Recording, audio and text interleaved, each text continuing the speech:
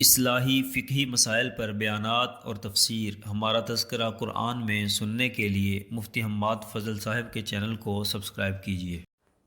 بسم اللہ الرحمن الرحیم الحمد للہ وکفا وسلام علی عبادہ الذین اصطفی اما بعد۔ آیت نمبر 38 سے آج کے درس کا آغاز ہو رہا ہے۔ اعوذ باللہ من الشیطان الرجیم، بسم اللہ الرحمن الرحیم۔ وقال فرعون یا ایہا الملأ، قال فرعون، اور فرعون نے کہا، یا ایہا الملأ، اے سردارو، ما علمت لکم من الہ غیری، میں اپنے علاوہ کسی الہ سے الہ کو میں نے نہیں جانا۔ فأوقد لی یا حامان علی الطین، اے حامان، اوقد، روشن کرو میرے لیے آگ کو، علی الطین، گارے کو، آگ پہ میرے لیے روشن کرو۔ فاجعل لی صرحا، اور تم بناؤ میرے لیے ایک اونچا بلند محل۔ صرحا کا جو لفظ ہوتا ہے یہ محل کے لیے بھی ہے اور اونچی عمارت کے لیے بھی ہے، دونوں ہی کے لیے ہے۔ لعلی اطلع الی الہ موسیٰ، تاکہ میں آگاہ ہو سکوں، مطلع ہو سکوں، الی الہ موسیٰ، موسیٰ علیہ السلام کے الہ کی طرف۔ وانی لأظنہ من الکاذبین، اور بے شک میں تو پورے یقین کے ساتھ یہ گمان کرتا ہوں کہ من الکاذبین، موسیٰ علیہ السلام کو جھوٹوں میں سے۔ واستکبر، تکبر کیا فرعون نے، جنودہ، اور اس کے لشکر نے، فی الارض، زمین میں، بغیر الحق، ناحق، وظنوا انہم الینا لا یرجعون، اور انہوں نے گمان کیا کہ وہ ہماری طرف نہیں لوٹائے جائیں گے۔ فاخذناہ وجنودہ، پھر ہم نے اسے پکڑا اور اس کے لشکر کو، فنبذناہم فی الیم، ہم نے اس کو پھینک دیا دریا میں۔ فانظر کیف کان عاقبۃ الظالمین، بس آپ دیکھیں کیسے انجام ہوا ظالموں کا۔ وجعلناہم ائمہ، اور ہم نے انہیں رہنما اور سردار بنایا تھا، قائد بنایا تھا، یدعون الی النار، جو لوگوں کو دوزخ کی طرف بلاتے، یوم القیامۃ لا ینصرون، اور قیامت کے دن وہ مدد نہیں کیے جائیں گے۔ واتبعناہم فی ہذہ الدنیا لعنہ، اور دنیا میں ہم نے اس دنیا میں لعنت کو ان کے پیچھے لگا دیا۔ تو اتباع پیروی کرنا، پیچھے چونکہ پیروی کرنے والا پیچھے چلتا ہے نا، تو اس لحاظ سے یہاں معنی پیچھے لگانے کا ہے کہ اتبعناہم فی ہذہ الدنیا لعنہ، کہ ہم نے پیچھے لگا دیا اس دنیا کے اندر ان پر لعنت کو۔ ویوم القیامۃ ہم من المقبوحین، قیامت کے دن وہ لوگ بدحال لوگوں میں ہوں گے۔ مقبوحین قباحت سے، ہمارے اردو میں لفظ قباحت کا استعمال ہوتا ہے، تو یہ قباحت، قبیح، اسی سے مقبوحین ہے۔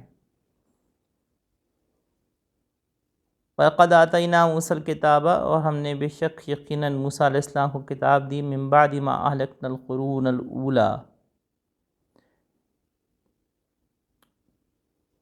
پچھلی امتوں کو ہلاک کرنے کے بعد۔ اور موسیٰ علیہ السلام کو ایسی کتاب دی کہ بصائر للناس، بصیرت کی باتوں پر مشتمل ہے لوگوں کے لیے، وہدیٰ، اور ہدایت ہے، اور رحمت ہے، لعلہم یتذکرون، تاکہ وہ نصیحت حاصل کریں۔ تو موسیٰ علیہ السلام کو ایسی کتاب دی تھی کہ جو لوگوں کے لیے بصیرت کی باتوں پر مشتمل۔ وما کنت بجانب الغربی، اور اے حبیب علیہ الصلوٰۃ والتسلیمات، آپ اس وقت مغربی سمت میں نہیں تھے، اس قضینا، مراد مغربی سمت سے کوہ طور، کی طرف اشارہ ہے کہ قضینا الی موسیٰ الامر، جیسے میں نے تفسیر میں عرض کیا تھا کہ موسیٰ علیہ السلام کی داہنی طرف وادی تھی لیکن مجموعی طور پر مغربی سمت، تو اس لیے یہاں پہ بجانب الغربی کا لفظ استعمال کیا گیا، اور جن آیات میں یمین کا لفظ استعمال کیا گیا ہے وہ موسیٰ علیہ السلام کے لحاظ سے۔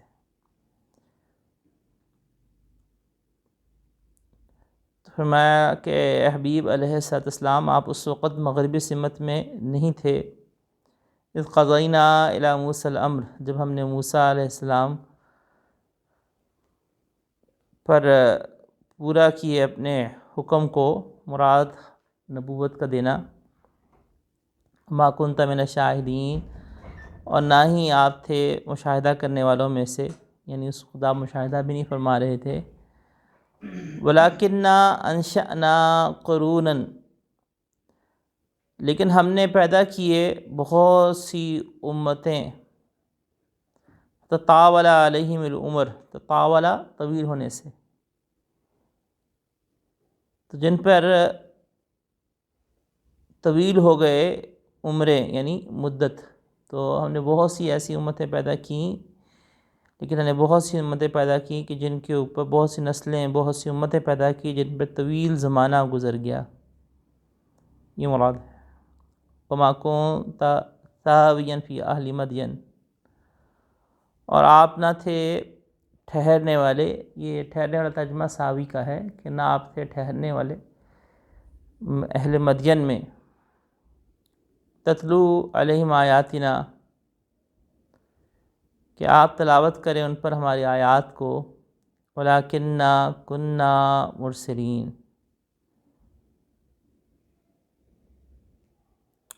لیکن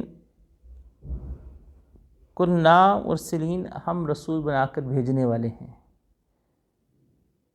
وما کنت بجانب الطور، اور اے حبیب علیہ السلام اسی طرح سے آپ کوہ طور کی جانب نہیں تھے، نادینا، جب ہم نے پکارا، ولیکن رحمتا من ربک، لیکن آپ کے رب کی رحمت، آپ کے رب کی طرف سے رحمت ہے کہ تنذر قوما ما اتاہم من نذیر من قبلک، کہ آپ کے رب کی رحمت ہے کہ آپ کو، تاکہ آپ اس قوم کو آگاہ کریں جس کے پاس آپ سے پہلے کوئی خبردار کرنے والے نہیں آیا، لعلہم یتذکرون، تاکہ وہ نصیحت حاصل کریں۔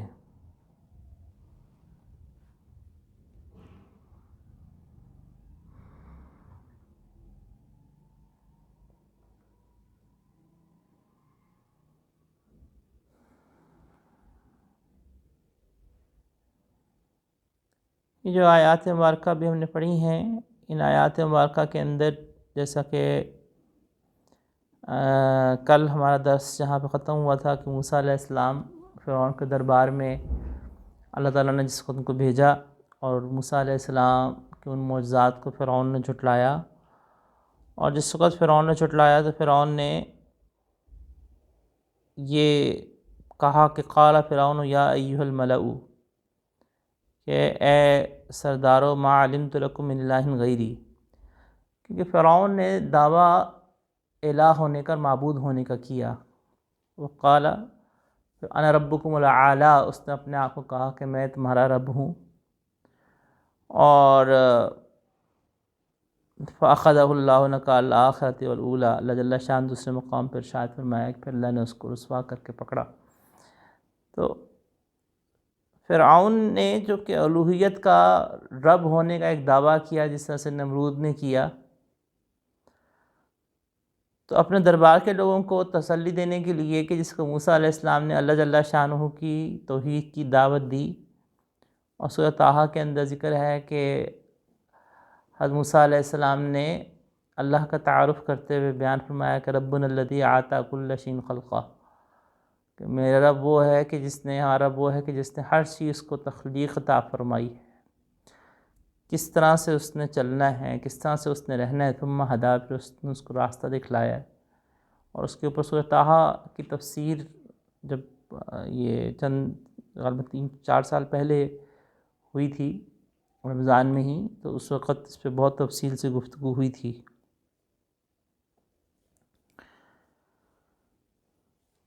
کہ کس طرح سے اللہ جل شانہ نے ہر مخلوق کے ڈی این اے کے اندر کس طرح سے اس کے بارے میں معلومات لکھی ہیں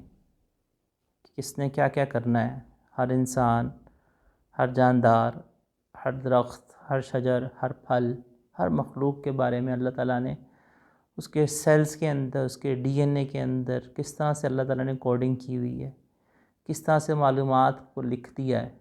کس طرح سے اللہ تعالیٰ نے ہر ایک کے اوپر اس طرح سے اس کو واضح کر کے بیان کر دیا ہے.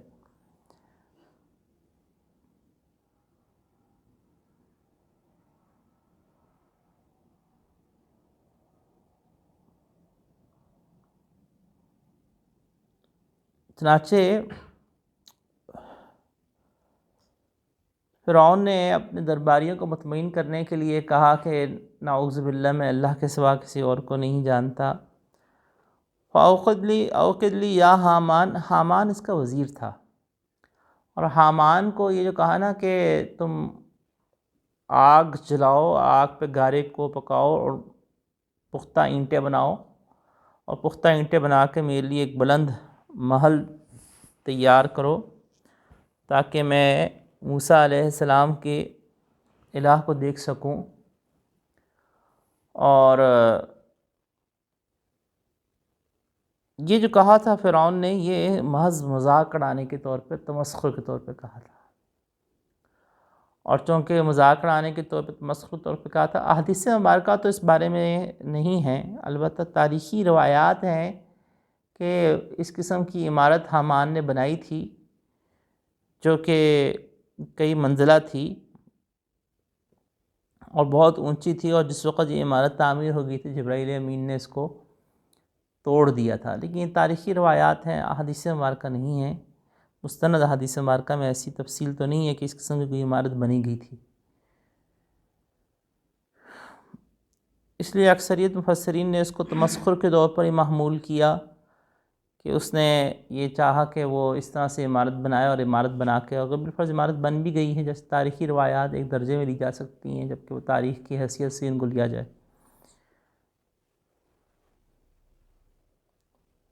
استکبر ہوا وجنودہ،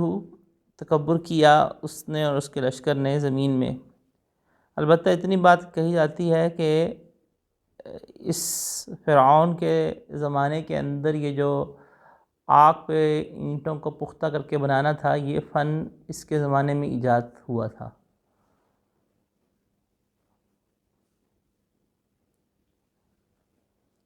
استکبر ہوا وجنودہ فی الارض، تکبر کیا اس نے اور اس کے لشکر نے زمین میں ناحق، اور انہوں نے یہ گمان کیا ہوا تھا کہ ہمارے پاس لٹائے نہیں جائیں گے. اللہ نے ان کو پکڑا، اور پکڑ کے اللہ تعالیٰ نے فرمایا کہ نبذناہ فی الیم، ہم نے ان کو دریائے نیل میں ڈبو دیا. فانظر کیف کان عاقبۃ الظالمین، آپ دیکھیں کہ کیسے ہم نے ظالموں کا انجام کیا. وجعلناہم ائمہ، ہم نے انہیں قائد بنایا تھا. یدعون الی النار، تو یدعون الی النار یہ آگ کی طرف کس لیے بلاتے تھے؟ اس کا مطلب کیا ہے کہ یہ ان اعمال کی طرف، اس عقیدے کی طرف دعوت دینے والے تھے کہ جو عقیدہ سبب تھا دوزخ میں جانے کا، یا وہ اعمال سبب تھے دوزخ میں جانے کا. اس لیے اکثریت مفسرین نے اس کو مجازی معنی میں لیا ہے کہ اصل میں حقیقت میں تو آگ کی طرف نہیں بلا رہے تھے، حقیقت میں تو اس برے عقیدے یا غلط عقیدے کی طرف بلانے والے تھے، لیکن عقیدہ سبب تھا دوزخ میں جانے کا، تو سبب بول کر سبب مراد لیا گیا ہے. تو یہ گویا کہ مجازی معنی کا ایک علاقہ ہے، ایک طریق ہے. علامہ انور شاہ کشمیری رحمۃ اللہ علیہ کو اللہ جل شانہ نے بڑی فہم، بڑی فراست عطا فرمائی ہوئی تھی. انہوں نے اس آیت مبارکہ کے حوالے سے یہ تعویل بیان کیا کرتے تھے کہ فرعون کا یہ جو اللہ تعالیٰ نے فرمایا نا کہ وجعلناہم ائمہ یدعون الی النار، کہ وہ آگ کی طرف بلاتے تھے، وہ فرماتے تھے یہ مجازی معنی نہیں ہے، حقیقی معنی ہی ہے. کس لحاظ سے؟ وہ فرماتے یہ تھے کہ ابن عربی کے حوالے سے، کہ ابن عربی نے اس چیز کو ذرا بیان کیا ہے، اور انہیں کی اتباع میں پھر علامہ انور شاہ کشمیری رحمۃ اللہ علیہ نے بھی کلام فرمایا. اور وہ یہ کہ ہر عمل جو انسان دنیا میں کرتا ہے، اگر تو وہ اچھا عمل ہے یا برا عمل ہے، تو یہی عمل آخرت کے اندر اچھے عمل جو ہیں وہ اچھی شکلوں میں ظاہر ہو جائیں گے، اور جو برے عمل ہیں وہ بری شکلوں میں ظاہر ہو جائیں گے۔ اس کی دلیل قرآن کریم کی وہ آیت مبارکہ جیسے والذین یکنزون الذھب، کہ وہ لوگ جو سونا اور چاندی کو جمع کرتے ہیں، زکوٰۃ دیتے ہیں، تو فرمایا گیا کہ ان کا سونا اور چاندی قیامت کے دن سانپ کی شکل میں ان کو بنا کے داغا جائے گا، ڈسے گا۔ تو گویا کہ ان کا زکوٰۃ نہ دینے کا جو عمل ہے وہ سانپ کی شکل میں۔ تو علامہ انور شاہ کشمیری رحمۃ اللہ علیہ وہ فرماتے ہیں کہ جو گناہ ہوتے ہیں جتنے بھی، وہ قیامت میں اور قبر میں وہ گناہ متشکل کر دی جاتے ہیں، شکل دے دی جاتے ہیں، اور اسی طرح سے خواب کے اندر بھی بسا اوقات۔ تو یہ جو گناہوں کی جو شکل ہے مختلف اجسام کی شکل میں، سانپ کی شکل میں، بچھو کی شکل میں، آگ کی شکل میں، تو اللہ تعالیٰ ان شکلوں کو، ان گناہوں کو ان کی شکل دیں گے، اور دے کر ان کو وہ عذاب دیں گے۔ یعنی یہ نہیں ہوگا کہ وہ صرف اور صرف کوئی عکس ہے، کوئی تخیلاتی نہیں، وہ حقیقی شکل ہوگی اور حقیقی ڈسنا ہوگا، حقیقی اس کو ایک ہونا ہوگا۔ اور اسی طرح سے جو نیکی ہے اس کو بھی شکل دے کر اللہ تعالیٰ اس کو اجر عطا فرما دیں گے، نعمت عطا فرما دیں گے۔ شاہ ولی اللہ رحمۃ اللہ علیہ نے بھی اس پہ تھوڑا سی، ان کی کلام سے بھی تھوڑی سی اس کی تائید ہوتی ہے کہ شاہ ولی اللہ رحمۃ اللہ علیہ نے حجت اللہ البالغہ میں جہاں پہ جسم مثالی کے حوالے سے کلام فرمایا ہے، تو وہاں پہ یہ کلام فرمایا ہوا ہے اس قسم کا کہ اعمال کا جسم مثالی دینا۔ جیسے حدیث مبارکہ میں ذکر ہے کہ سورہ ملک پرندے کی شکل اختیار کر لے گی جو مردے کو ڈھانپ لیتی ہے، اور سورہ ملک پرندے کی شکل اختیار کر کے اپنے مردے کو جب ڈھانپ لیتی ہے تو وہ اگر عذاب قبر اس کی طرف بڑھتا ہے تو سورہ ملک پرندے کی شکل میں ڈھانپا ہوتا ہے، تو وہ اللہ تعالیٰ سے فریاد کرتی ہے کہ یا اللہ، یا مجھے قرآن سے نکال دیں یا اس سے عذاب کو روک لیں۔ تو وہاں پہ سورہ ملک جو دنیا میں پڑھتا رہا تھا وہ پرندے کی شکل میں آ گئی ہے۔ تو جس میں مثالی کی شکل میں آ جانا تو ایک حقیقت ہے، حدیث مبارکہ میں ذکر ہے۔ علامہ انور شاہ کشمیری رحمۃ اللہ علیہ فرماتے ہیں کہ نعمتوں کی شکل میں بھی جنت کے اندر یہ اعمال شکل اختیار کر جائیں گے۔ اب یہ رائے ظاہری بات ہے کہ ایک رائے کے درجے میں ہے، اور وہ یہ تعویل اس آیت کے تحت پھر یہ کرتے ہیں کہ یدعون الی النار، کہ وہ جو بلا اس برے عمل کی طرف تھے، وہ چونکہ قیامت کے دن آگ بن کے عذاب دینا تھا اس عمل نے، اس گناہ نے، اس کفر نے، اس شرک نے، قیامت کے دن جہنم کے آگ کی شکل میں ان کو عذاب دینا تھا، جہنم کے اندر ہی، جہنم کے اندر تو آگ تھی ہی تھی، ہے ہی ہے، لیکن یہ گناہ بھی اس سانپ، بچھو اور آگ کی شکل میں ان کو دے گا۔ تو کوئی یدعون الی النار حقیقی معنی میں کہ یہ جس عمل کی طرف لا رہے ہیں قیامت کے دن اس نے آگ بن کر ان کو عذاب دینا ہے۔ اور بہرحال ایک تعویل کے درجے میں ہے، اور ایک معنوی ایک تعویل کی ہے، اس کو لینے میں حرج تو کوئی نہیں۔ البتہ جمہور مفسرین انہوں نے اس کو مجازی معنی محمول کیا کہ حقیقت میں تو وہ اعمال ہیں، اور اعمال جو ہیں وہ چونکہ سبب بنیں گے قیامت کے دن عذاب کا، تو اس لحاظ سے فرمایا گیا کہ یدعون الی النار، کہ وہ آگ کی طرف بلا رہے ہیں اور قیامت کے دن ان کی مدد نہیں کی جائے گی۔ وَاتْبَعْنَاهُمْ فِي هَٰذِهِ الدُّنْيَا لَعْنَةً، اور ہم نے ان کے پیچھے اس دنیا میں لعنت لگا دی۔ لعنت کا مطلب کیا ہوتا ہے؟ لعنت کا مطلب ہوتا ہے اللہ کی رحمت سے دوری، اور قرآن و حدیث میں جس کے اوپر لعنت کا تذکرہ آ جائے تو اس کا مطلب یہ ہے کہ یہ لعنت دنیا میں تو ہے ہی، آخرت کے اندر بھی لعنت ہے، یعنی آخرت کے اندر بھی یہ اللہ کی رحمت سے دوری ہیں۔ تو اب اللہ کی رحمت سے دوری ظاہری بات ہے، اس کا نتیجہ عذاب کی شکل میں نکلے گا۔ چنانچہ وَاتْبَعْنَاهُمْ فِي هَٰذِهِ الدُّنْيَا لَعْنَةً، کہ ان کفار کو اللہ تعالیٰ نے ان پہ لعنت بھیجی، ان کے پیچھے لگا دی، اور قیامت کے دن ہم المقبوحین، کہ یہ لوگ بدحال اور بری حالت میں مبتلا لوگ ہوں گے، جو اس لعنت کا نتیجہ بھی ہو سکتا ہے کہ وہ لعنت جو اللہ تعالیٰ کی طرف سے پڑی، کیونکہ حدیث مبارکہ میں آتا ہے کہ جب کوئی شخص کسی بھی لعنت بھیجتا ہے تو اگر تو یہ لعنت وہ اس آسمانوں کی طرف جاتی ہے، پھر اس شخص کی طرف جاتی ہے، اگر وہ شخص اس لعنت کا اہل ہو تو اس پہ پڑتی ہے، اور اگر وہ شخص اس لعنت کا مستحق نہ ہو تو یہ الٹا بھیجنے والے پڑتی ہے۔ اسی لیے فقہاء کرام نے یہ مسئلہ لکھا ہے کہ کسی مسلمان کے اوپر لعنت بھیجنا جائز نہیں ہے، کسی مسلمان کے اوپر کسی بھی حالت میں لعنت بھیجنا جائز نہیں ہے، کیونکہ مسلمان لعنت کا مستحق نہیں ہے۔ ہاں کسی فعل پہ تو ایک اجمالی طور پر کہی جا سکتی، جیسے حدیث مبارکہ میں بھی آپ علیہ السلام نے لعن اللہ النادر والمنظور فرمایا کہ شرمگاہ دیکھنے والے اور شرمگاہ دکھانے والے کے اوپر لعنت ایک فرمائی گئی ہے کہ وہ شخص جو کہ یعنی اپنی سطر کی حفاظت نہیں کر رہا اور دوسرے اس کی سطر کو دیکھ رہے ہیں اور وہ دکھا رہا ہے، تو اس کے اوپر ایک حدیث مبارکہ میں لعنت کی گئی، اجمالی لعنت کی گئی۔ تو ایک اجمالی ایک جنرل قسم کا اس کو اسپیسیفائی کیے بغیر لعنت تو حدیث مبارکہ میں موجود ہے، اور اس طرح سے بھیجنے میں تو حرج نہیں، جیسے جھوٹوں پہ لعنت کے غلط سے استعمال کر لیا جائے۔ لیکن اسپیسیفکلی کیٹیگوریکلی کسی متعین شخص کے اوپر جبکہ وہ مسلمان ہو لعنت نہیں بھیجی جائے گی، جبکہ مسلمان۔ ہاں اگر کسی کا حالت کفر میں مرنا یقینی ہے تو پھر اس پر لعنت بھیجی جا سکتی ہے، جیسے ابو جہل ہے، مرزا قادیانی ہے، اس قسم کے وہ لوگ کہ جو حالت کفر میں مرنا ان کا یقینی ہے کہ حالت کفر میں ہی مرے، تو ان پر تو لعنت بھیجی جا سکتی ہے۔ اسی معنی کے لحاظ سے یوم القیامتی ہم من المقبوحین، تو وہ خواتین جیسے بچوں کے اوپر لعنت بھیج دیتی ہیں تو یہ گریز کرنا چاہیے، وہ لعنت الٹا خود آپ کی طرف لوٹ کے آئے گی، الٹا آپ کو اللہ کی رحمت سے دور کرے گی۔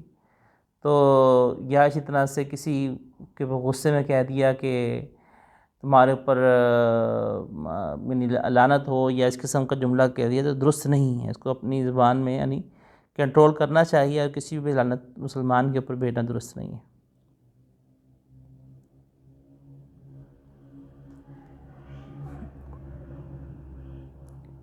کسی زندہ کافر کے اوپر بھی لعنت بھیجنا، جبکہ میں نے کہا کافر پہ سے اس کو لعنت بھیجی جا سکتی ہے جبکہ اس کا کفر پہ مرنا یقینی ہو، کفر مر گیا ہے پھر تو بھیج جا سکتی ہے۔ وَلَقَدْ آتَيْنَا مُوسَى الْكِتَابَ مِن بَعْدِ مَا أَهْلَكْنَا الْقُرُونَ الْأُولَىٰ، اللہ جل شانہ نے ارشاد فرمایا کہ ہم نے موسیٰ علیہ السلام کو کتاب یعنی تورات دی، اور وہ کتاب تورات جو موسیٰ علیہ السلام کو دی وہ مِن بَعْدِ مَا أَهْلَكْنَا الْقُرُونَ الْأُولَىٰ، ہم نے پہلی امتوں کو ہلاک کرنے کے بعد دی، اور وہ کتاب ایسی تھی کہ بصائر الناس، کہ اس میں بصیرت کی باتیں تھیں لوگوں کے لیے، اور ہدایت تھی، رحمت تھی تاکہ وہ نصیحت حاصل کریں۔ اب یہاں پہ ایک تھوڑی سی بحث سمجھنے والی وہ یہ ہے کہ اللہ جل شانہ نے جو ارشاد فرمایا کہ ہم نے موسیٰ علیہ السلام کو کتاب دی، تو مراد زبور ہے، اور پچھلی امتوں کو ہلاک کرنے کے بعد تو موسیٰ علیہ السلام کو جب سے اللہ تعالیٰ نے تورات دی، اس کے بعد اللہ تعالیٰ نے حدیث مبارکہ میں سعید ابن جبیر رضی اللہ عنہ غالباً روایت ہے، یا ابو سعید خدری رضی اللہ عنہ میں ہمیں روایت ہے، مجھے تھوڑا سا مشابہ لگ رہا ہے کہ مرفوع روایت ہے کہ انہوں نے آپ علیہ الصلوۃ تسلیمات سے نقل کرتے ہوئے اس چیز کو بیان فرمایا کہ اللہ تعالیٰ نے موسیٰ علیہ السلام کو جب تورات دی، اس کے بعد اللہ تعالیٰ نے کسی امت کو من حیث المجموعہ عذاب سے ہلاک نہیں کیا، سوائے ان لوگوں کے جن کو اللہ تعالیٰ نے خنزیر اور بندر بنایا، اور کما قال علیہ السلام، یعنی اس کا مطلب کیا ہے کہ موسیٰ علیہ السلام کو کتاب دینے کے بعد جو عذاب کا معاملہ تھا کہ عذاب نازل کر کے پوری امت ہلاک کر دی جائے، اس کی شکل تبدیل ہو گئی۔ بنی اسرائیل کے اوپر تو عذاب آئے، بنی اسرائیل کے اوپر ٹڈی کا عذاب آیا، خون کا عذاب آیا، جب نہیں مان رہے تھے پہاڑ بھی معلق ہوا، اور یعنی اس قسم کے مختلف عذابات بنی اسرائیل کے اوپر ہی آئے اور آتے بھی رہے۔ لیکن ایک ہے کہ جس طرح سے قوم سمود کو اللہ نے ہلاک کیا، جس طرح سے اللہ تعالیٰ نے قوم عاد کو من حیث المجموعہ سب کو ہلاک کر دیا، قوم لوط کو اللہ تعالیٰ نے سب کو ہلاک کر دیا، اس طرح کا عذاب تورات کے نازل ہونے کے بعد نہیں آیا۔ جزوی عذاب کا معاملہ تو ہوا ہے، جزوی عذاب کا مطلب کہ کسی خاص یعنی پوری امت میں سے کسی خاص گروہ کو ہلاک کر دیا جائے، عذاب دے دیا جائے، یا عمومی جیسے میں نے کہا بنی اسرائیل پہ عذاب جو ہیں وہ خون کا عذاب آیا، بے شمار ان پر اللہ تعالیٰ نے عذاب نافرمانی کی سبب سے بھیجے، اپنی بات مان رہے تھے، کوہ طور کے سر میں معلق ہو گیا، اور پھر بادتی کے اندر 40 سال بھٹکتے رہے، وہ بھی تو عذاب تھا نا۔ تو یہ عذاب کا معاملہ تو یہ نہیں ہے کہ عذاب نہیں آیا، عذاب آیا، اور عذاب تو وہ تو اللہ کی نافرمانی کے بعد عذاب تو آئے گا۔ ایک ہے پوری امت کا ہلاک ہو جانا، وہ تورات کے کہ اس میں سے کوئی بھی نہ بچے، یہ تورات کے بعد اللہ تعالیٰ نے کیوں نہیں کیا؟ کیونکہ اس کی وجہ یہ تھی کہ تورات کے اندر جہاد کا حکم دیا گیا تھا، اور تورات میں جہاد کا حکم دیا گیا تھا، تو گویا کہ اللہ تعالیٰ نے دنیا کے اندر عذاب کی شکل یہ تلوار کے عذاب سے تبدیل فرما دی، اور اس تلوار کے عذاب سے پھر اللہ تعالیٰ نے قوموں کو ہلاک کیا، جنگوں کے عذاب سے اللہ تعالیٰ نے قوموں کو ہلاک کیا، اور وہ سلسلہ یقیناً جاری ہی ساری ہی ہے۔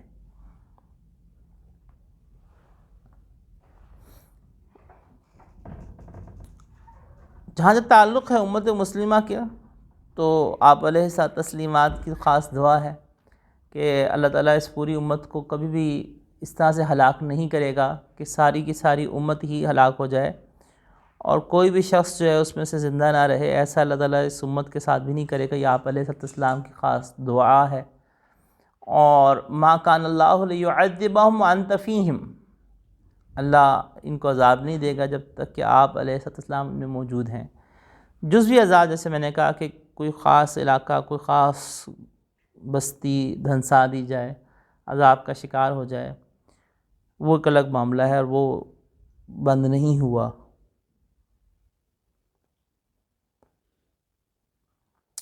دوسری بات یہ ہے کہ اللہ تعالیٰ نے یہاں پہ تورات کے حوالے سے یہ ذکر فرمایا ہے کہ بصائر للناس و ھدی کہ یہ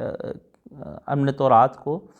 لوگوں کے لیے بصیرت والی کتاب اور ہدایت والی اور رحمت بنایا تاکہ لوگ نصیحت حاصل کریں۔ وما کنت بجانب الغربی، اے پیغمبر علیہ الصلوۃ والسلام کہ آپ اس وقت مغربی سمت میں نہیں تھے جس وقت کہ ہم نے موسیٰ علیہ السلام کو احکام سپرد کیے تھے۔ یہ اور اس سے جو اگلی آیات 3-4 ہیں، یہ آیت نمبر تقریباً یہاں سے آغاز ہو کر آیت نمبر 61 تک، یہ قرآن کریم کی سچائی کے بیان پر مشتمل آیات ہیں کہ جس میں آپ علیہ الصلوۃ والسلام کی نبوت کا اس بات ہے۔ جیسے میں نے شروع میں جو سورہ قصص تھا اس کا شروع میں نے آپ کو تجزیہ پیش کیا تھا کہ 2 حصوں پہ، ہم 3 حصوں پہ پورے سورہ قصص کو تقسیم کر سکتے ہیں، اور پھر 30 حصوں سے میں نے 24 حصے اس کے مزید تفصیلی بنا کے شروع میں عرض کیے تھے۔ تو آیت نمبر 61 تک جو ہے یہ قرآن کریم نبی کریم علیہ الصلوۃ والسلام کی نبوت کا اس بات ہے۔ آپ علیہ الصلوۃ والسلام کی نبوت کو ثابت کرنے کے لیے اللہ تعالیٰ دلائل قائم فرما رہے ہیں، قرآن کریم کی حقانیت کو ثابت کرنے کے لیے کہ یہ جو واقعات موسیٰ علیہ السلام کے اللہ نے بیان کیے، تو اے حبیب علیہ الصلوۃ والسلام آپ تو اس وقت موجود نہیں تھے، اور یہ کس لحاظ سے اللہ تعالیٰ نے نبوت کا ثابت کرنا اس لحاظ سے ہے کہ انسان کو جاننا یا تو حواس خمسہ سے ہے کہ انسان کسی چیز کو مشاہدہ کر لے، یا انسان کا جاننا عقل سے ہے، یا انسان کا جاننا کسی کی خبر دینے سے ہے، کہ کوئی شخص خبر دے۔ اللہ نے سب کی نفی کی ہے کہ آپ ما کنت بجانب الغربی، کہ آپ اس وقت وہاں پہ نہ خود موجود تھے اور نہ ہی ما کنت من الشاہدین، نہ مشاہدہ کرے تھے، تو حواس خمسہ کی بھی نفی کی، آپ علیہ الصلوۃ والسلام کے وہاں پہ خود موجود ہونے کی بھی نفی کی، اور اس سے اگلی آیات کے اندر اللہ تعالیٰ نے عقلی امور سے واقفیت ہونا ممکن نہیں ان امور کا، اور نہ ہی کسی بندے نے آپ کو خبر دی، تو پھر پیچھے ایک ہی راستہ رہ جاتا ہے، اور وہ کیا ہے کہ وحی کے ذریعے سے جاننا۔ تو وحی کے ذریعے سے جاننا، اس کی تائید اللہ تعالیٰ نے فرمایا کہ یہ ہم نے آپ کی طرف وحی کی، جیسے کہ اللہ جل شانہ قرآن کریم میں دوسرے مقامات فرمایا کہ ذالک من انباء الغیب نوحیہ الیک، کہ غیب کی خبریں جب آپ کی طرف وحی کرتے ہیں۔ تو گویا کہ یہاں پہ وحی کا ثابت کرنا کہ یہ موسیٰ علیہ السلام کے سارا جو واقعہ تفصیلاً آپ کو اللہ نے بیان کیا ہے، یہ وحی کے بغیر جاننا ممکن نہیں ہے، کیونکہ آپ علیہ الصلوۃ والسلام تو وہاں موجود نہیں تھے۔ اور اس کے بعد اللہ تعالیٰ نے بہت ساری امتوں کو، اسی طرح سے آپ مدین کے موقع پہ بھی موجود نہیں تھے جس وقت کہ حضرت موسیٰ علیہ السلام نے حضرت شعیب علیہ السلام کے ہاں معاملہ کیا، جو پیچھے اللہ تعالیٰ نے ذکر کیا، تو اللہ تعالیٰ نے وہاں پہ بھی نفی فرمائی۔ تو گویا کہ آپ علیہ الصلوۃ والسلام کو جو آگاہی دی گئی کہ یہ شعیب علیہ السلام کے ساتھ یہ معاملہ ہوا تھا، اور کوہ طور پر اللہ تعالیٰ نے اس طرح سے پکارا تھا، تو یہ وحی کے ذریعے سے کیا، تو یہ دلیل ہے آپ علیہ الصلوۃ والسلام کی نبوت کی۔ اس لیے فرمایا کہ ما کنت بجانب الطور اذ نادینا ولکن رحمۃ من ربک، بلکہ یہ آپ کے رب کی رحمت ہے کہ آپ کو وحی کے ذریعے سے اللہ تعالیٰ کی سب باتوں سے آگاہ فرما رہا ہے، لتنذر قوما ما اتاہم من نذیر، تاکہ آپ اس قوم کو ڈرائیں جن کے پاس پہلے آپ سے پہلے ڈرانے والا نہیں آیا، لعلہم یتذکرون، تاکہ وہ نصیحت قبول کریں۔ اور یہ جو خطاب بھی کیا گیا کہ اس سے پہلے کوئی ڈرانے والا نہیں آیا من قبلک، تو اس سے مخاطبین جو تھے وہ خاص وہ اہل عرب تھے اور مشرکین مکہ تھے کہ ظاہری بات ہے کہ آپ علیہ السلام نے ہی ان کو آ کے اس کا بیان فرمایا، جو اس سے پہلے تو آپ علیہ السلام سے پہلے جو نبی آئے ہیں وہ تو عیسیٰ علیہ السلام آئے، اور آپ علیہ السلام کے اور حضرت آپ عیسیٰ علیہ السلام کے نبوت کے درمیان میں 500 سال کا فاصلہ ہے، بعض نے اس سے زیادہ فاصلہ لکھا۔ پھر عیسیٰ علیہ السلام کی نبوت جو ہوئی وہ بنی اسرائیل میں ہوئی۔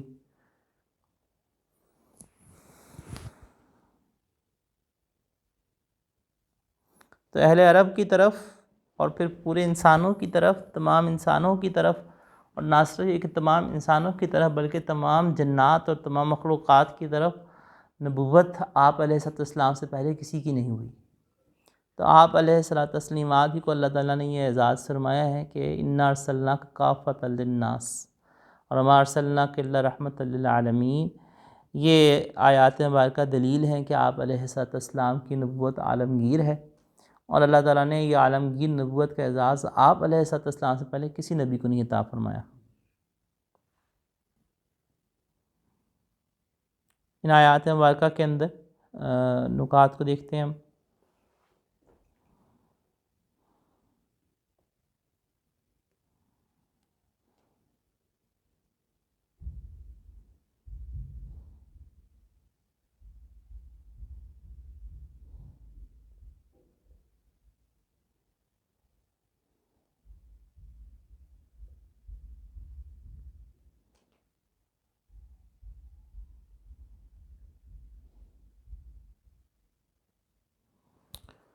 جی، وقال فرعون یا ایھا الملأ ما علمت لکم من الہ غیری۔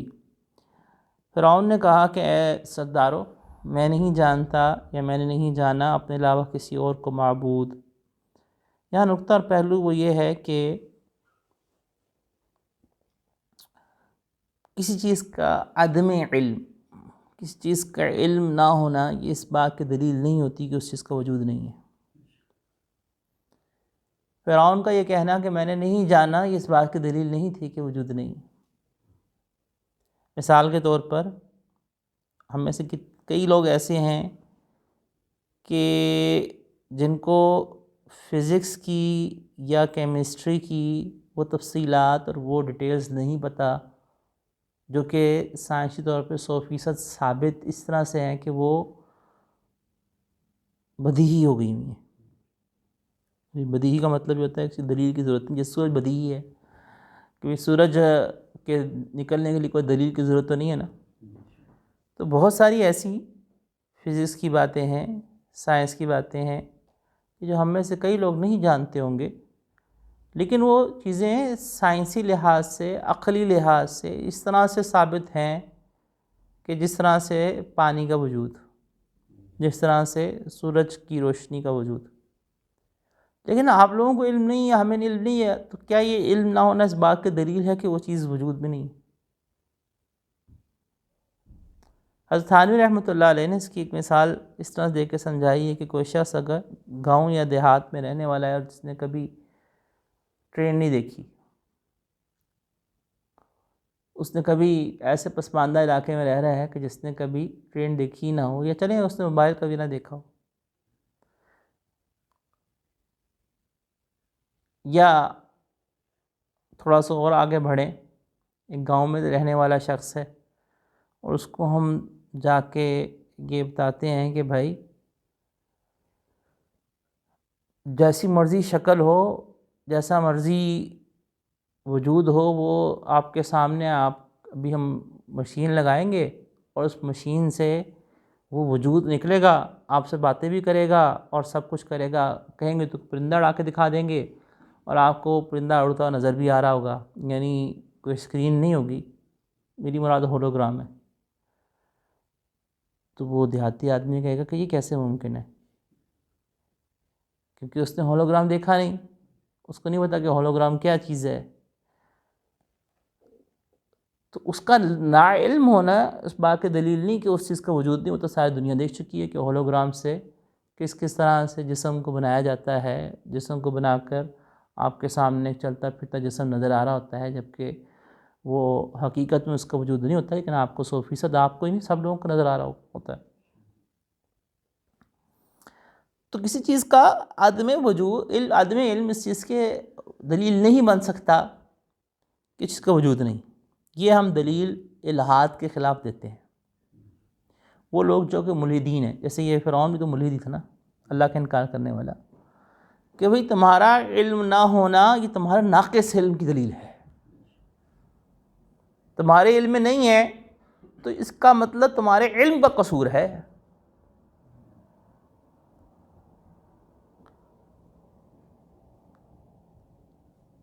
اور اللہ جل شانہ کے وجود کے اوپر یعنی اس فرعون کے اس دلیل کے لحاظ سے میں جواب دے رہا ہوں ان لوگوں کو جو کہ ملحدین ہیں. سائنس کہتی ہے کہ یونیورس کا 90% ڈارک میٹر پہ مشتمل ہے. وہ ڈارک میٹر کیا ہے؟ وہ کہتی ہیں کہ جی ہم نے جتنے بھی یونیورس ہے اس کے اندر جو ایلیمنٹس، جو پارٹیکلس آج تک ڈسکور ہوئے ہیں، ان پارٹیکلس کو جس وقت ہم نے ان کی میپنگ کی ہے تو یونیورس کے اندر بہت سارا حصہ ایسا ہے کہ جو ان پارٹیکل سے خالی ہے. لیکن وہ پارٹیکلس چونکہ بالکل ہر جگہ پہ موجود ہیں اور سب کچھ چل رہے ہیں، سب کچھ ہیں، تو اس کا مطلب یہ ہے کہ یہاں پہ ایک میٹر ہونا چاہیے جس کو انہوں نے ڈارک میٹر کا نام دیا ہے کہ نظر نہیں آ رہا. اور اس ڈارک میٹر کی وجہ سے یہ میٹر اور ایلیمنٹس جو ہے نا وہ اپنی پوزیشنز پہ صحیح ہیں. وہ سائنس یہ کہتی ہے کہ 90% کائنات کا جو ہے وہ ڈارک میٹر میں مشتمل. اب سائنس نے ڈارک میٹر کو کس طرح سے پہچانا؟ وہ کہتے ہیں کہ جی ہماری کیلکولیشنز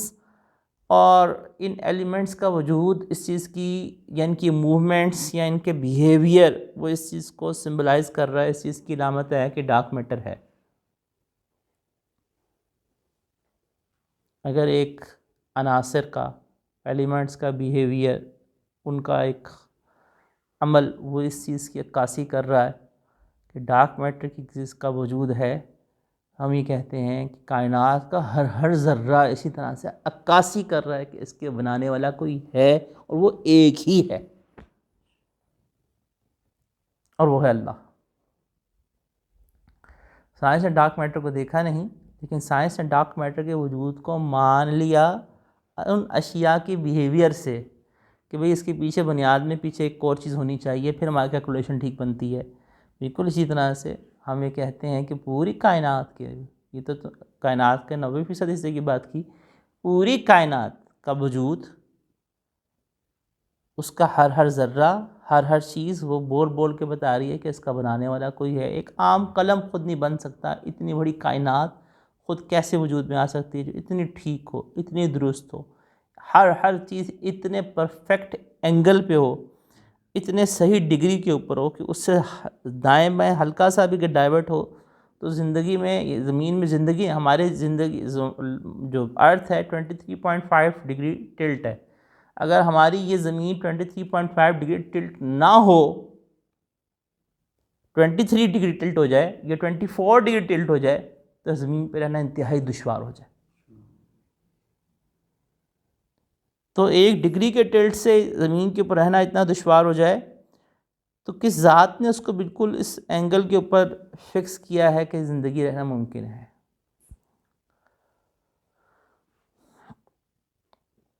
اگلا نقطہ اور پہلو وہ یہ ہے کہ قال فرعون یا ایھا الملأ، کہ اے سردارو. تو یہاں پہ سرداروں سے اشارہ نقطہ یہ ہے کہ ظلم کے ساتھ دینے والے لوگ، کفر پہ ساتھ دینے والے لوگ یا خاموش رہنے والے اور راضی رہنے والے لوگ بھی اسی کفر کا حصہ ہیں، اسی ظلم کا حصہ ہوتے ہیں. دربار کے لوگ اس کے ظلم میں ہاں میں ہاں ملاتے رہے تو اللہ نے فَأَخَذْنَاهُ وَجُنُودَهُ کہا ہے. تو یہ درباری لوگ بھی ساتھ ہی میں عذاب کا شکار ہوئے اس کے، جو اس کی ہاں میں ہاں ملاتے رہتے تھے. مَا عَلِمْتُ لَكُم مِّنْ إِلَٰهٍ غَيْرِي، فرعون نے انا ربکم الاعلیٰ کہا، اور اس نے کہا کہ میں اپنے سوا کسی کو معبود نہیں جانتا. پھر بھی اللہ تعالیٰ نے اس کو مہلت دی، اس نے وقت کی نبی کو بھی جھٹلایا اہل ایمان کو سولی دے دی، جو جادوگر ایمان لے کر آئے تھے، اس کے باوجود اللہ تعالیٰ نے اس شخص کو مہلت دی جو انا ربکم الاعلیٰ کہتا تھا، جو اپنے آپ کو خدا کہتا تھا، اللہ کا انکار کرتا تھا۔ تو وہ شخص، وہ مسلمان جو پانچوں وقت سجدے میں جا کر کہتا ہے سبحان ربی الاعلیٰ، کہ پاک ہے میرا رب جو سب سے بلند ہے اور عیب سے پاک ہے، تو اللہ اس کے ساتھ رحمت کا معاملہ نہیں کریں گے؟ یقیناً اللہ کا رحمت کا معاملہ اہل ایمان سے بہت بڑا ہوا ہے۔ انسان اللہ کی رحمت سے نا امید ہوتا ہے۔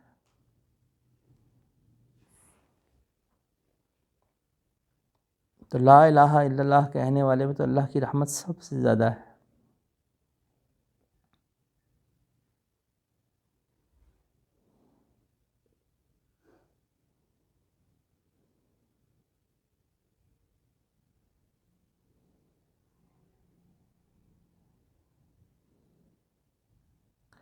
واستکبر وجنودہ فی الارض بغیر الحق، اللہ تعالیٰ نے فرمایا کہ انہوں نے تکبر کیا اور ان کے لشکر نے۔ تو تکبر ایک اہم سبب ہے حق کو نہ پہچاننے کا، حق بات کو نہ ماننے کا۔ ایک بہت بڑی بنیاد جو ہے وہ انسان کا تکبر انا ہوتی ہے۔ کتنے ایسے لوگ ہوتے ہیں ان کے سامنے حق بھی آتا ہے لیکن ان کی انانیت ان کو مان نہیں دیتی، جیسے ابو جہل تھا۔ تو ابو جہل کے سامنے حق سب سے واضح تھا، مگر اس کو اس کی انا ایمان نہیں لانے دیا، اسی لیے فرعون ھذہ الامہ بنا۔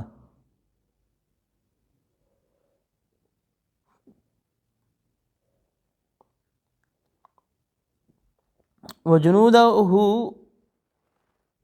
فی الارض، تکبر کیا اس نے، اس کے لشکر نے زمین میں ناحق۔ تو لشکر چونکہ اپنے سپہ سالار کی تباہ کرتا ہے، چنانچہ جس وقت فرعون کے حکم کے اوپر انہوں نے موسیٰ علیہ السلام کا تعاقب کیا تو اللہ تعالیٰ نے عذاب کے اندر فرعون کو بھی پکڑا اور اس کے لشکر کو پکڑا، کیونکہ انہوں نے لشکر نے ایک ظلم کے حکم کے اوپر اور حق کے انکار کے حکم کے اوپر اپنے حاکم کی اتباع کی۔ چنانچہ جب کوئی لشکر اس قسم کا ناحق معاملہ کرے گا کہ یا کوئی شخص جو کہ اپنے کسی بڑے کی کسی گناہ کی بات کو مانے گا، اسی طرح حدیث میں کہ لا طاعۃ لمخلوق فی معصیۃ الخالق، کہ اللہ کی نافرمانی کے کاموں میں طاعت نہیں ہے۔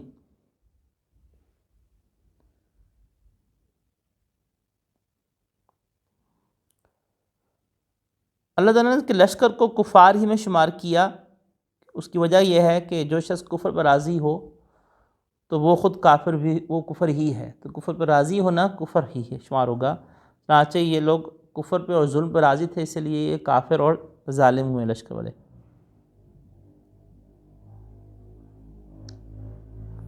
وَظَنُّوا أَنَّهُمْ إِلَيْنَا لَا يُرْجَعُونَ، انہوں نے یہ گمان کیا کہ وہ ہماری طرف نہیں لٹائے جائیں گے۔ دنیا کا ہر وہ شخص جو ظلم کرتا ہے وہ بھول جاتا ہے کہ اس نے مر کے اللہ کے پاس جانا ہے۔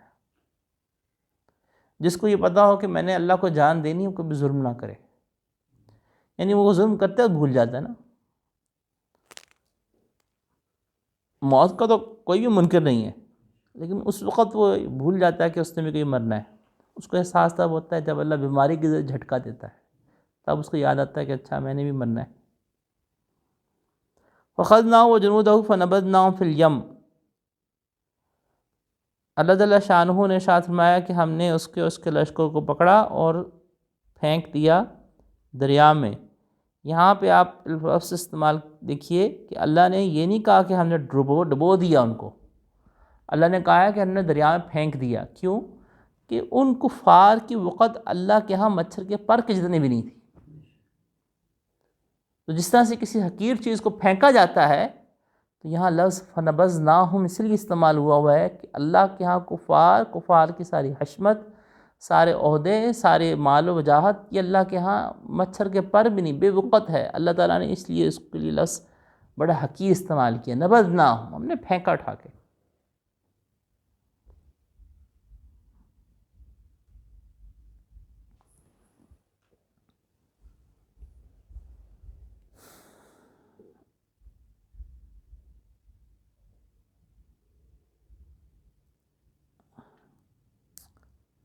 اللہ تعالیٰ ظالم کو مہلت دیتے ہیں، لیکن جب اللہ تعالیٰ ظالم کو پکڑتے ہیں، اگلا نقطہ کہ جب ظالم کو پکڑتے ہیں تو فَأَخَذْنَاهُ،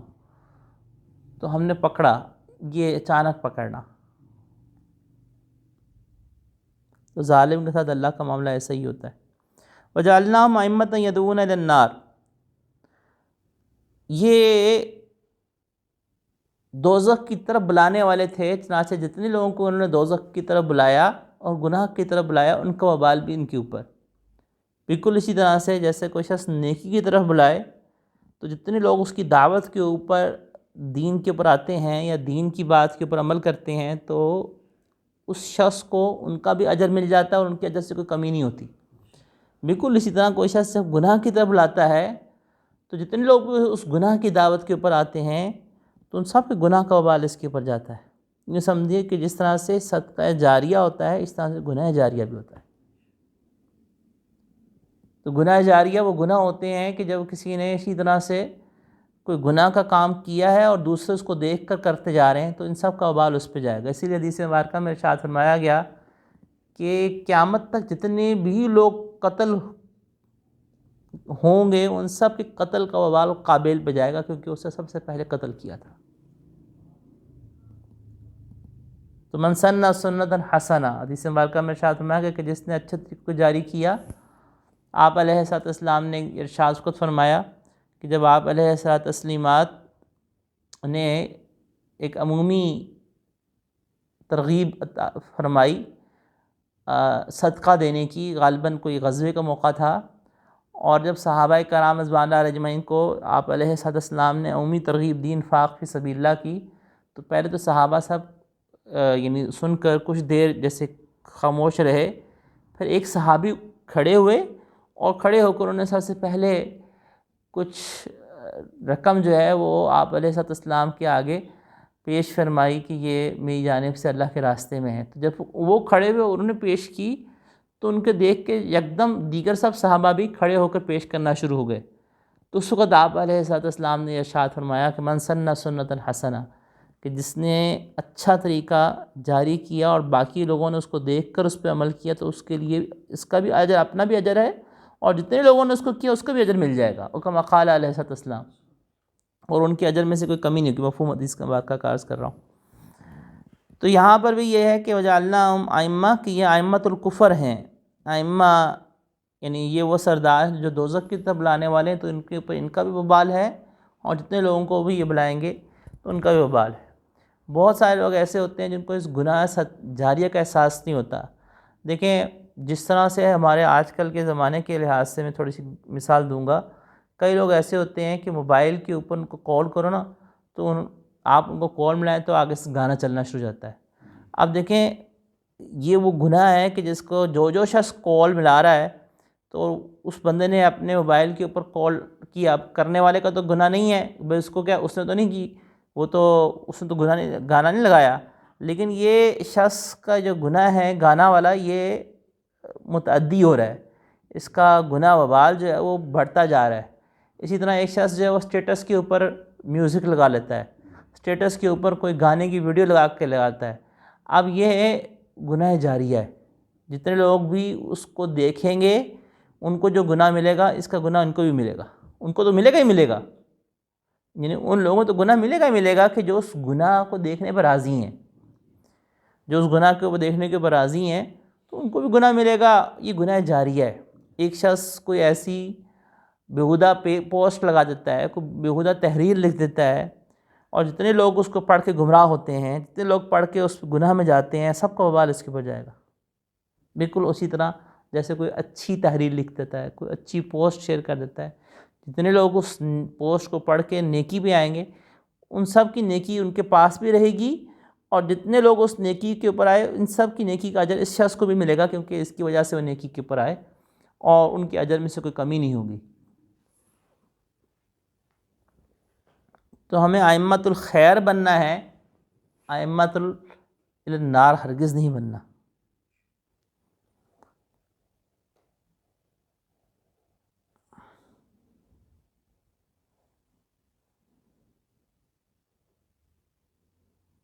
بلکہ دیکھا جائے کہ اس قسم کے جو گناہ ہیں یہ اعلانیہ گناہ کرنے کے زمرے میں ہے کہ کوئی شخص اس قسم کا جیسے اسٹیٹس کے اوپر ہی کوئی بیہودہ قسم کی چیز لگا لیتا ہے تو یہ گویا کہ اعلانیہ گناہ کر رہا ہے.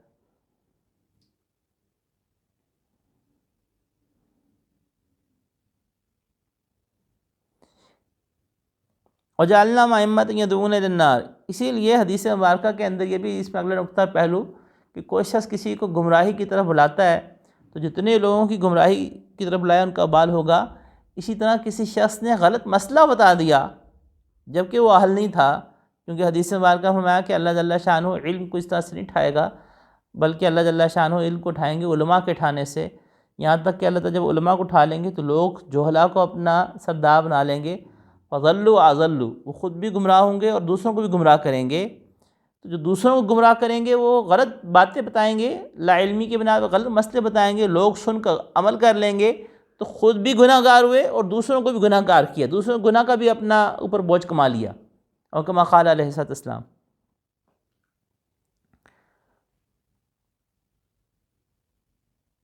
اسی لیے کسی شخص نے کسی دوسرے کو غلط مسئلہ بتا دیا، اسی لحاظ سے ان لوگوں کی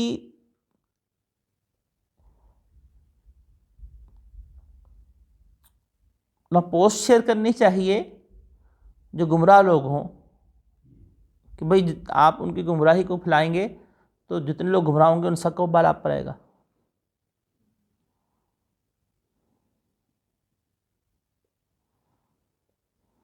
بعض اوقات یہ فیس بک پر یا اس طرح گستاخی یا اس طرح کے الفاظ استعمال کرتے ہو کہ شیئر کرو تاکہ اس کو سزا ہو یہ ہو. اصل میں جو گستاخی والی چیزیں ہیں ان کو نا شیئر کرنے سے گریز کرنا چاہیے، کیونکہ بعض اوقات ایسا ہوتا ہے کہ ان لوگوں کا مقصد یہی ہوتا ہے کہ یہ نہ مسلمانوں کے اندر بات پھیلے اور مسلمانوں کے اندر ہم گستاخی اتنی زیادہ اتنی پھیلائیں کہ مسلمان اس معاملے میں بے حس ہوتے چلے جائیں. تو مسلمان کر کچھ سکتے نہیں ہوتے، کفار نے گستاخی کی ہے اور آپ اس کو شیئر کری جا رہے ہیں. دیکھیں کیا کفار نے آپ علیہ الصلوۃ والسلام کی گستاخی کا اس وقت نہیں کی جس وقت آپ علیہ الصلوۃ والسلام خود موجود تھے؟ آپ علیہ الصلوۃ والسلام کی نعوذ باللہ گستاخی کے اندر کلمات بھی کہے گئے، سب کچھ کہے گئے، کہ کیا کسی صحابی نے نقل کیے؟ نہیں نقل کیے. تو ہم ناواقف ہیں، ہمیں یہ تو پتہ ہے کہ انا کفیناک المستہزئین اور استہزاء کا معاملہ ہوا، لیکن کیا کہا یہ نہیں پتہ. اس قسم کی کئی دفعہ پوسٹ ہوتی ہیں، ان کو شیئر کرنے سے مقصود ان لوگوں کا یہ ہوتا ہے کہ شہرت ملے اور لوگوں کو زیادہ ایک کیا جائے. ہاں بعض اوقات ایک چیز ایسی بھی ہوتی ہے کہ جو ایک پوری دنیا کے اندر بات پھیلی گئی ہے تو وہ تو ظاہری بات ہے کہ وہاں پہ مسلمانوں کو اس چیز کے اس کے رد عمل کے طور پہ نکالنے کے لحاظ سے کہ بھئی اس کے خلاف رد عمل دیں، وہ ایک الگ معاملہ ہے. لیکن عمومی لحاظ سے یہ جو سوشل میڈیا پہ جو گستاخ ٹولہ ہے اس کا مقصد یہ ہوتا ہے کہ لوگوں کو جو ہے نا وہ اس ہماری گستاخی کو پھیلایا جائے نعوذ باللہ اور کیا جائے. تو گستاخی کا اگر کوئی علم ہے تو مسلمانوں کو پھیلانے کی بجائے اس کے خلاف رپورٹ درج کرائیں. اس کے خلاف اگر ایک شخص نے گستاخی کی ہے تو اس کا اسکرین شاٹ لیں، سائبر کرائم ونگ کے اندر اس کے خلاف ایف آئی آر دیں،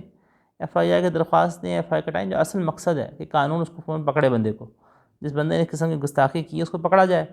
مقصد تو اصل میں یہ ہے نا اس کو سزا ملے. تو لوگوں کو شیئر کرنے کی بجائے اصل کام جو کرنے والا ہوتا ہے وہ یہ ہے کہ آپ اس کو اسکرین شاٹ لیں، اسکرین شاٹ لے کر آپ سیدھا جو ہے وہ سائبر کرائم ونگ جو ایف آئی اے کا ہے اس میں آپ فوراً F I R online F I R ہو جاتی ہے. اسکرین شاٹ اٹیچ ہوتے ہیں، وہ آپ سے پہلے تو بلا بھی لیتے تھے، اب تو وہ زیادہ بلاتے بھی نہیں ہیں، لیکن بہرحال وہ آپ کئی ایف آئی آر میں نے خود کٹوائی ہیں کہ بھئی اس قسم کا کوئی گستاخانہ پیج تھا. اسکرین شاٹ لیں، ثبوت لیں، لنک لیں، آپ ان کو online complaint F I R launch ہو جاتی ہے اس بندے کے خلاف. پھر ایف آئی اے پھر اس کو خود گرفتار کرتی ہے، وہ خود اپنے پاس جو بھی ان کے ذرائع ہیں کرتی ہے جس طرح سے، کیونکہ کارروائی اصل مقصود تو کارروائی کرنا ہے نا، اس قسم گستاخ ٹولے کو پکڑنا ہے.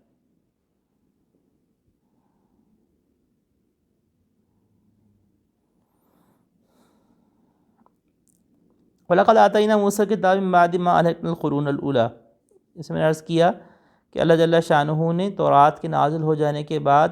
عام ہلاکت کو ختم فرمایا، اور اللہ جل شانہ نے جہاد کی مشروعیت کو کفار کے ساتھ شروع فرمایا۔ اس میں اگلا نقطہ پہلو وہ یہ ہے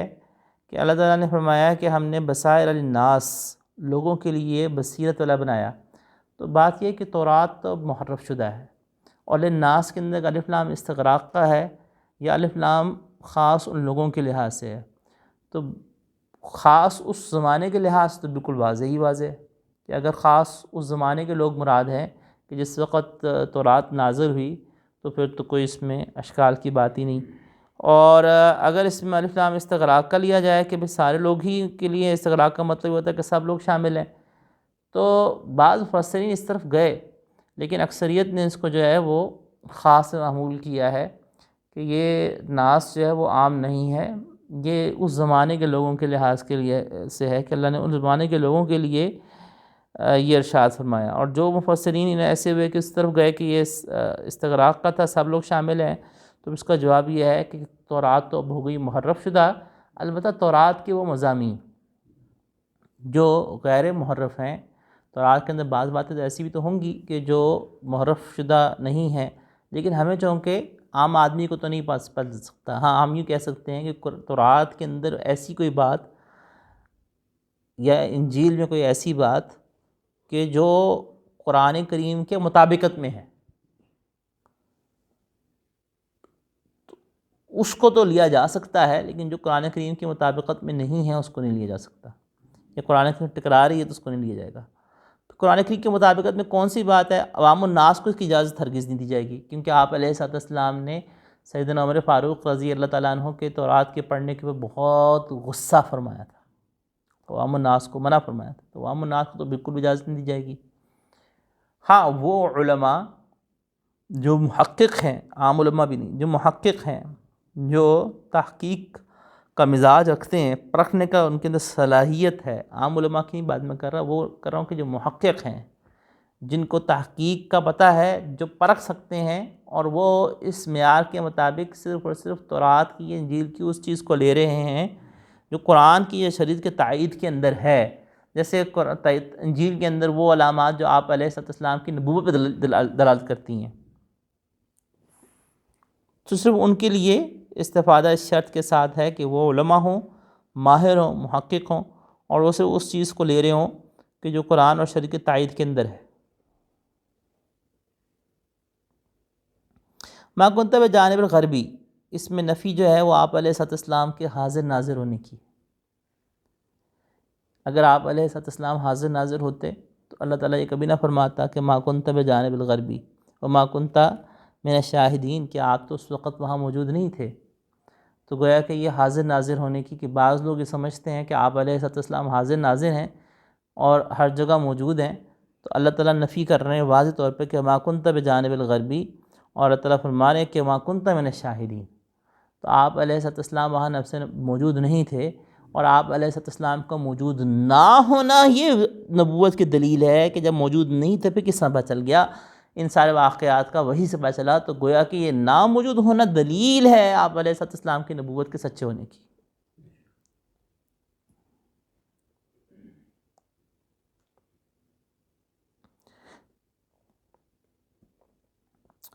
وَلَكِنَّا أَنشَأْنَا قُرُونًا فَتَطَاوَلَ عَلَيْهِمُ الْعُمُرُ،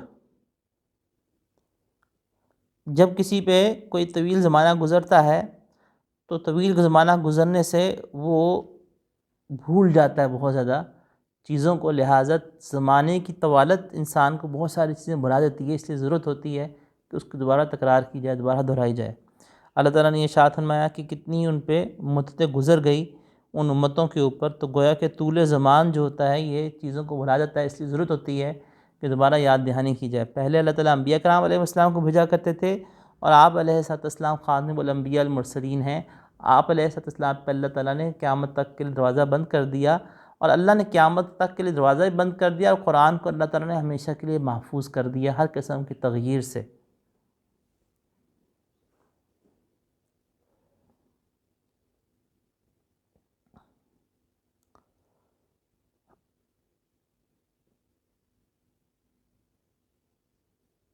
ولاکن رحمۃ من ربک لتنذر قوما ما اتاہم من نذیر۔